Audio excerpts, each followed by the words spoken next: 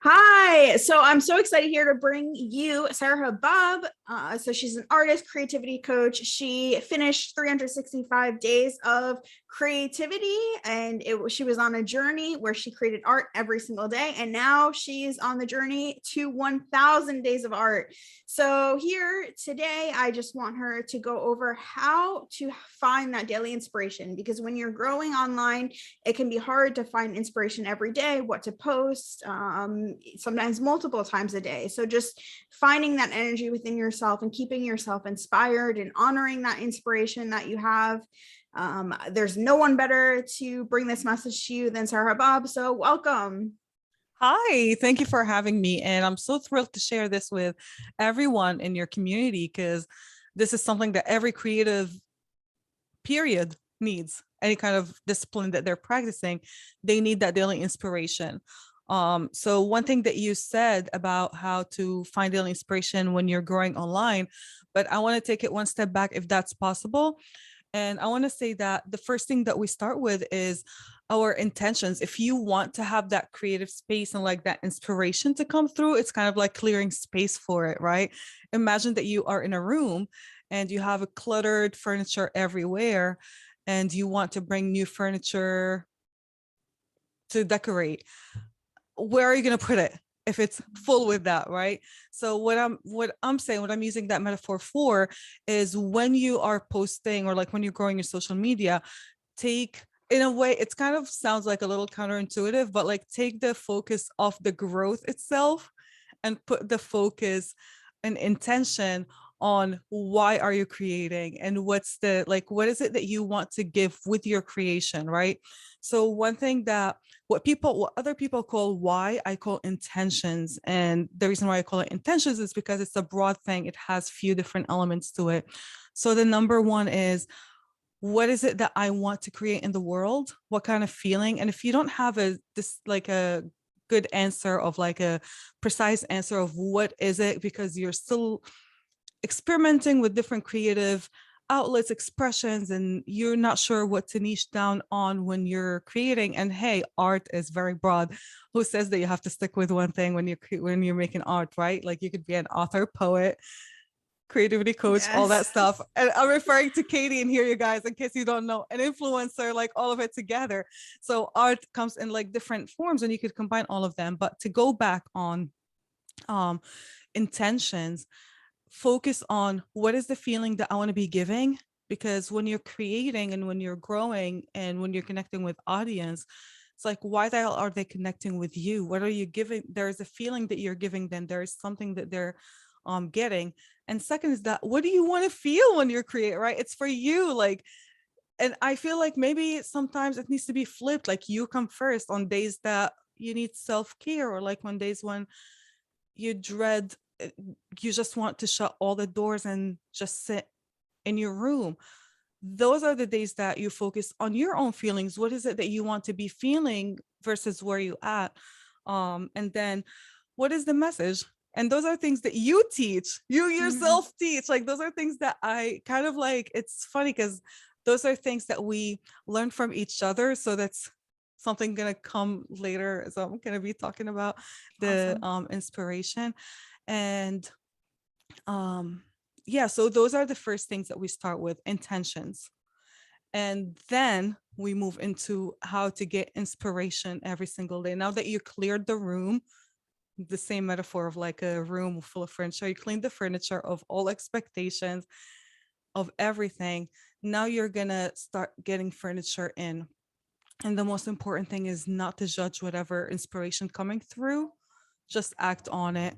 um yeah, does that answer some of the, does that sound? Yeah, and I love that metaphor because so much of intention, it's functionality. So like the idea of clutter, it's having things you don't need. So it's like with what you bring into your world, your life, your platforms, it's intention because it's has a purpose and there's a reason you're doing it. And specifically like with how you want to make people feel, I think as an important part in the course we go over developing your voice and kind of like knowing like how do you speak, like what's your tone, and so much of that is found in intention.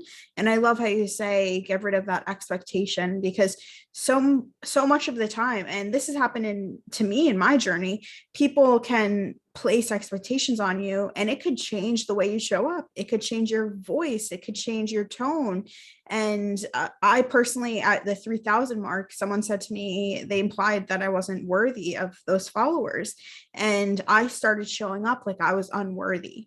And, you know, I'm so grateful that I had that moment where I realized that, and that some of my followers reached out to me and kind of just like actually like spoke to me heart to heart how they were feeling about my post. And I think it's so important that, you know, you don't have to be perfect all that time. And specifically what you're saying with intention, I love that, because it's like sometimes we have fear that like we're going to say the wrong thing or we're going to do the wrong thing, and that we're grateful we don't have so many followers because people would see us mess up. And the thing is, like, so many people are there to support you if something isn't authentic or if you're going through something. And I think that's one of the best parts about having communities online. And I'm so grateful that you're someone who's in person community with me, and that I get to learn from you and see your posts every day. And just know that, like, sometimes the best part of my day is knowing that Sarah's going to put out a post if I stay up late. Sometimes it's surprising during the day. But yeah, like just that idea that even if I don't get to something on that day, there's someone in the community creating. And even on Creativeville, it's so powerful for me that if I see someone create that day or someone working on something, that I feel like we're winning together as a community. And also, like, one person's win is another person's win because you connect with them, you ask them how do they do it and things like that. And like, that's why I love so much that people who are connected with me have access to you and that they can learn from you, because you have so much to teach on not just intention, but specifically on inspiration and finding the inspiration within yourself and believing in yourself. So much of that self-belief that it takes to show up every day. I'd love to hear about what does it take to show up every day? Okay.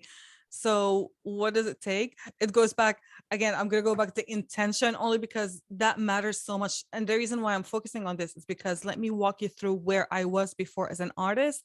And this might help somebody who's listening. My focus used to be on, I want to create art similar to so and so, or I want to be as good as so and so. And it's in a way me skipping steps in my head of what it would take to create that kind of art. And what it would, what more my intention changed is my intention became on, first, I'm going to create every day. I'm going to honor my art. I want to show up for my art because, and honoring inspiration is something that you always repeat. I kind of like didn't want to use the same word because we're like, oh, but that's like Katie thing. Like that's What people signature. recognize It's as a in the Katie creative vision. thing. Yeah. But that's something that I want to honor my inspiration every single day. I want to honor my art. And when my focus went from what, again, skills, I'm going to reach those skills, but my focus went from wanting to be this famous artist or like create certain amount of number of art. It became, even though I aim for 1,000 days of art, but my commitment is not for the number, it's for every day. That's very important to remember. And that's where intentions, that's why you're going to hear me say intentions. There are so many aspects to intention around inspiration because you have to clear some space for that. But anyway, so where we were, let me just remember. So we were talking about Inspiration and honoring it and showing up inspiration, every honoring day. it, and showing up every day. Yeah. So when you take the focus of the end result and focus on what you want to, how you want to feel, how as an artist, what you want to work on, what skills you want to grow. So my focus every single day, my commitment and why I show up every day is make art every day, but it doesn't have to be perfect. It doesn't have to be complete. in the beginning, it didn't have to be complete. Now it's complete every single day. I would be lying if I told people it's not complete. Um, but it went from focusing on wanting it to be perfect in a certain way, and I'm not gonna share it unless it's like this shiny art that people are gonna compliment me for it. And I gave myself grace of showing up just for the sake of art, just for the sake of showing up for art. And most often, you ask about inspiration. On certain days when you're not feeling inspired to create, put yourself in the position of creating. I set my desk in a way where I'll sit down, there's the iPad, there's a blank space in there, and I'm just going to face it. My promise, my commitment is to face this blank canvas, is not to make perfect art every day, and to understand that one day my best is at 50%, another day my best is at 120%, and that is okay. So that is one thing. Go ahead. Yeah, I was gonna say in perfection, like I think on Twitter specifically, because you can't edit things. So one day I posted happy Saturday and someone responded, it's Sunday. Or maybe it was Sunday and someone said it's Saturday. But anyway, the next day was whatever day I posted. And I didn't delete it. And I just retweeted it the next day. Exactly. It's about showing, because your commitment to Twitter, that's something that you actually experienced. That's something that you have mastered in a way, because your commitment is to show up for the community every day. It's not to be perfect every day. It's just like you committed to the art of social media, of Twitter, of connecting with people, of talking to authors, writers. That's Absolutely. where, yeah. Yeah, and also at some point you get to know yourself, that you feel like it's safe to make mistakes. And like I think things like that, like typos, like especially in the writing community, like someone's gonna say something. But you have self-compassion, and when you're growing, you have to have self-compassion, because there are people who are critical. And I think sometimes we self-reject because we don't want negative comments from people. And specifically, I think this is something you do really well, about having it not always have to be perfect, and posting it even if there's a chance that one person might say one tiny little flaw in it or something. Not saying that there's any flaws in what you do, but just like the Oh, there are plenty of idea. people who think there are flaws in my art. Yeah. There are actually, because remember, I'm part of like a lot of artist communities. Yeah. So there are people who've been creating for 20, 30, I don't know how many years. They practice all these amazing disciplines, and that is so inspiring. So they might have their own judgment of what is art and what is not. And some of them don't consider digital art an art form. And that is okay with me. I don't have to live up to their expectations I love of that. what art is. Yeah, exactly. And so much of like people being critical, it's their own expectations, and that doesn't have to define you. And also, fear of criticism isn't a reason to self-reject. Yeah, exactly. All right. So, Katie, I want to jump into some practical things. Can I? Thank All you. right. Practical I'm tips. Let's go, excited. guys. All right. So, I want to start with how we started, me and Katie talking about this conversation about us being part of the same community, about watching each other growth and all of that. So the number one thing for your daily inspiration is who you connect with. Like, who are the people around you? Who are you surrounding yourself with? Because they will be critical in that. And the reason I'm saying that is I get a lot of inspiration sometimes from daily conversations. And where do these daily conversations come from? From the people around me, from the people that I talk to, connect to. So I have amazing people like Katie, like the amazing community we're part of. And I'm part of other communities when it comes to art. And sometimes just I have a lot of musician friends too. So like sometimes just listening to them on social media platforms, just performing. And that's where it kind of like comes to me, the inspiration. I use my interactions with my peers as inspiration for that day. If nothing coming to mind, I literally recall who did I talk to in the day? What conversation or what moved me today? What word stuck with me today? And start from there. So interactions, the people that you interact with, That is number one. So change your circle, or like upgrade your circle, or add to your circle, however you want to call it. Um, it matters for your inspiration. So the second thing that I do is, now I'm a nerd. I love anime. I'm not gonna lie. That's something that I don't hide from a lot of, like, I don't need to hide. But how this could translate to you or anybody who's watching is that, what is your favorite movie? What is your favorite show? What is your and it could be a podcast that you listen to if you're to neither of these, right? Like no anime, no TV shows, no um none of that. It could be a podcast that you listen to. And one exercise that I use sometimes is, I would think of an anime and I think of the feelings it gives me. Now, most of my art is comes relies on feelings, even though they are in a form of objects, but it's more of like a feeling or something that I want to convey on a canvas. So it's not necessarily a character. I don't do fan art. So even if it's and inspired by anime, I don't draw that character. So for anybody, you don't have to rewrite the movie or like anything like that. How it could translate to you, take whatever inspired you in that, be it a scene that you cannot forget, or maybe a lesson that you took from it and you just cannot, like, oh my god, it hit me, like it was very touching.